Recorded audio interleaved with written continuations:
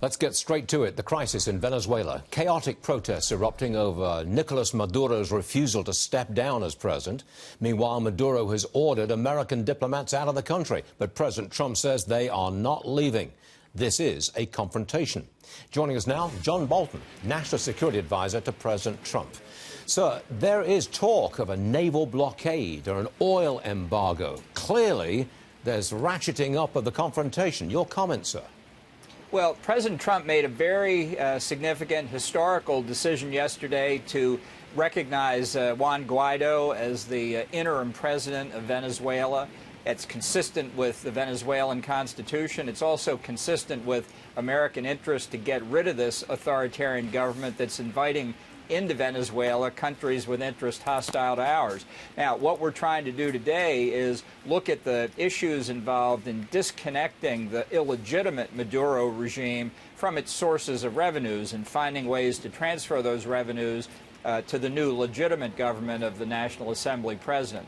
So we're looking at all the options for sure, but right now we're looking at making sure that that revenue stream goes to the legitimate constitutional authorities in Venezuela. And I would say for American business, American financial community, investors, it's worth taking a look here and making sure they understand that we've declared Maduro illegitimate. He has no authority in our view, and we are strongly supporting the new legitimate government.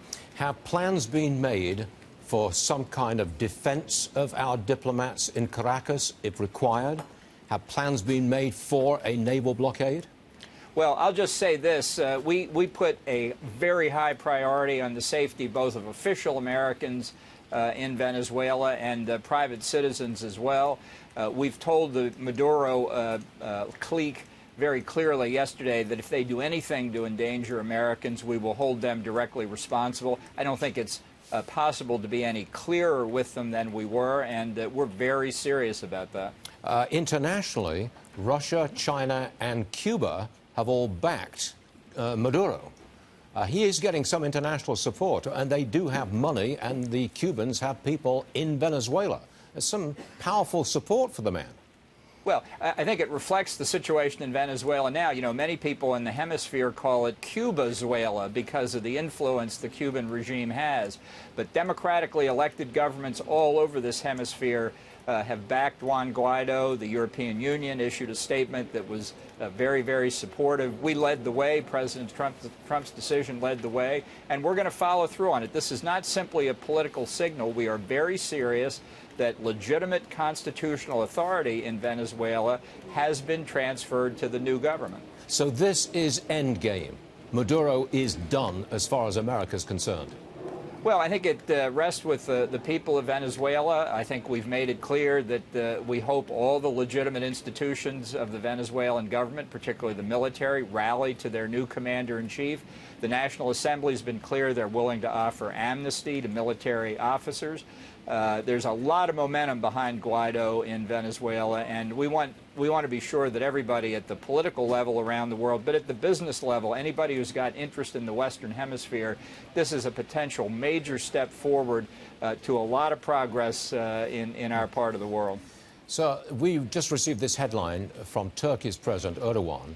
He says President Trump's remarks on Venezuela are shocking, and he doesn't approve of what's going on there. Your response, sir?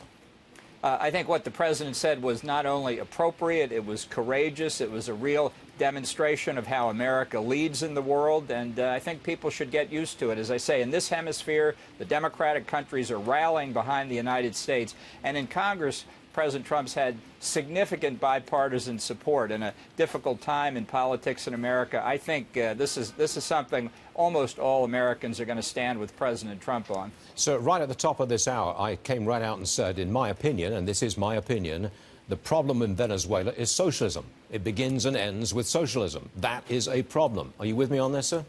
Look, I talked a couple of months ago about the troika of tyranny in the Western Hemisphere, Cuba, Nicaragua, and Venezuela. They're all socialists. They're all basket cases. Their people are being oppressed by these governments. Hopefully we're going to see a change in one of the troikas soon. Okay. Would you have any quick comment on the China trade talks, sir?